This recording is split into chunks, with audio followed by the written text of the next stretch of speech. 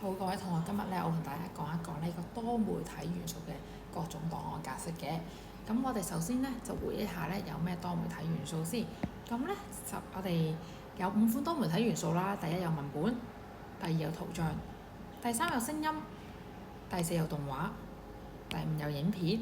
咁究竟多媒體元素喺我哋生活之中有咩用途咧？例如我哋可以喺教學上面用到啦，製作唔同嘅簡報，加入唔同嘅多媒體元素啦。又或者係一啲娛樂嘅節目啦，例如電影啊、電視劇等等咧，都好大機會咧用到唔同嘅多媒體元素嘅。咁咧再之後就係商業啦，譬如行銷啦，咁都會用到咧多媒體元素去做一個例如廣告啊，或者一啲社交媒體嘅分享等等咧嘅出 post 都係可能會用到多媒體元素嘅。咁首先我講一講咧第一款多媒體元素嘅文本先。咁我哋講一講文本裏邊第一款檔案格式就係 TXT 檔啦。咁 TXT 檔常見於呢一個電腦嘅記事本啦，係一個純文字嘅格式啦，係冇格式化嘅。咁佢檔案大小都相較其他少啦。而 DOC 檔咧就最常用於喺一個微軟 Microsoft 嘅 Word 啦，咁佢支援咧多樣化嘅格式啦，例如可以有唔同嘅字型啦、唔同嘅顏色啦、唔同嘅段落嘅樣式等等嘅。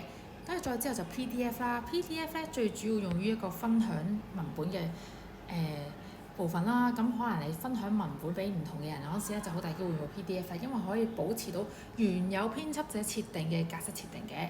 好，然後就係 TIFF 啦，最主要咧用喺印刷品方面啦。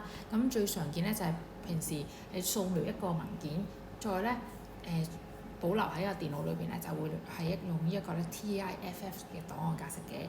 好，再之後咧就講一講呢個圖形啦，呢個係另一個多媒體元素。咁圖形咧就分為咧2款大類別嘅，第一款係點陣圖形，第二款係向量圖形。咁樣分別咧，咁我先講一講咧點陣圖先啦。點陣圖咧就咧係可分為咧一個咧有壓縮同埋冇壓縮嘅。咁咧點陣圖咧放大嗰陣時咧就好大機會咧就會失真啦。咩叫失真咧？就係咧點陣圖形放大嗰時咧，佢裏邊嘅圖像咧就會變得模糊啦。咁就係失真啦，即係俗語嘅氣格啦。咁我哋咧再講下呢4大類啦。第一款係 BMP 檔，佢係比較高質量，檔案大小咧都較大嘅，咁係一個無壓縮嘅檔案啦，所以咧佢嘅檔案大小咧就會相對大啲啦。咁然後咧就去講到呢個 JPEG 啦、JPG 檔啦，咁適合存放照片啦。佢係一個有壓縮嘅檔案格式嚟嘅，咁佢嘅檔案大小相對呢個 BMP 少啦。而一個 PNG 檔咧，咁佢有咩特別咧？都係適合擺照片或者網絡嘅圖像嘅。咁佢另外咧就支援一個透明背景啦。咁係一個有壓縮嘅檔案格式嚟嘅。咁佢檔案大小咧都相對呢個 BMP 檔案格式咧係少嘅。接下來咧就呢個 GIF 啦。咁佢最特別係乜嘢咧？佢就係咧最高只支援咧8位元色深嘅。咁都相對咧呢個同樣有壓縮嘅檔案。JPG 同埋 PNG 檔係少㗎啦，佢支援嘅色深數量。另外咧，佢就支援咧一個咧動畫嘅，即係可以同時間用個 GIF 檔案格式去存放呢個動畫啦。咁最後一款咧就係呢個向量圖形嘅例子 GSVG 咧檔案格式嘅，咁係一個主要一個簡單嘅線條圖形啦，會儲存。咁佢背後嘅原理咧就係一個數學公式，放大之後咧。向量圖形咧就係唔會失真，會保留原有嘅質素嘅。咁而咧頭先講到嘅點陣圖啦，4款，佢背後咧嘅原理咧就呢個像素咧去編寫而成嘅。好，咁樣咧再嚟啦，就係呢一個咧聲音。咁我哋就講一講2大類嘅聲音格式檔，一款就係 WAVE， 另一款就係 MIDI。咁佢哋有咩分別咧？一款咧就係咧主要係用咧，例如係用麥克風啦去錄製聲音而成嘅，咁就係一個 WAVE 格式類啦。而呢一個咧 MIDI 格式類咧，佢就係咧用一個可以用一個咧聲音合成器咧去做一個聲音嘅輸入啦。另外背後原理咧係一個編碼原理，咁佢咧檔案大小咧。就相對喺呢個 WAVE 檔咧就少嘅。咁特別啦，WAVE 檔咧就分為2類啦。一類咧就係呢個 WAV 啦，同埋 MP3 嘅。一款係有壓縮，一款咧就係冇壓縮嘅。咁咁咧 WAV 有咩特別咧？就係一個無損音質啦。MP3 係咪有咩特別咧？就係一個咧支援喺呢個咧流式咧傳輸就比較好嘅，因為佢檔案大小相對少啦，同埋有壓縮嘅。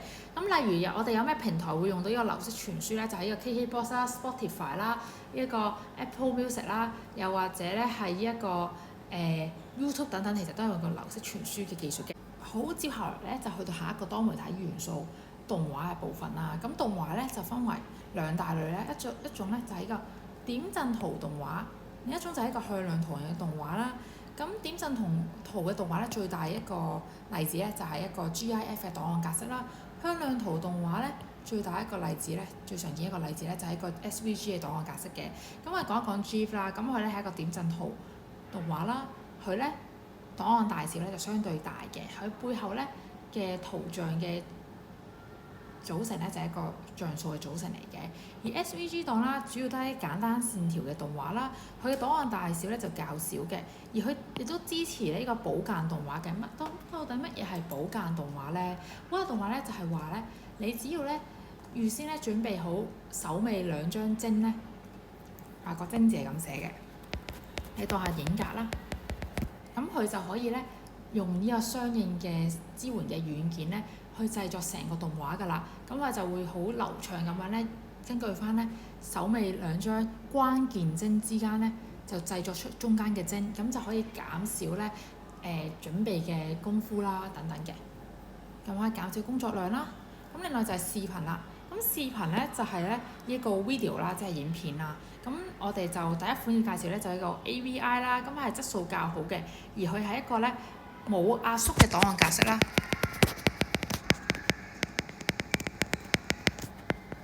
佢嘅檔案大小咧都相對地大嘅，因為佢比較質量好嘛。咁而咧 MP4 咧就係質量咧相對差啲嘅啫，但係好多嘢都係相對地嘅。咁檔案大小咧就相對細啲啦，咁都合適於呢個流式嘅傳輸嘅，即係呢個 streaming 啦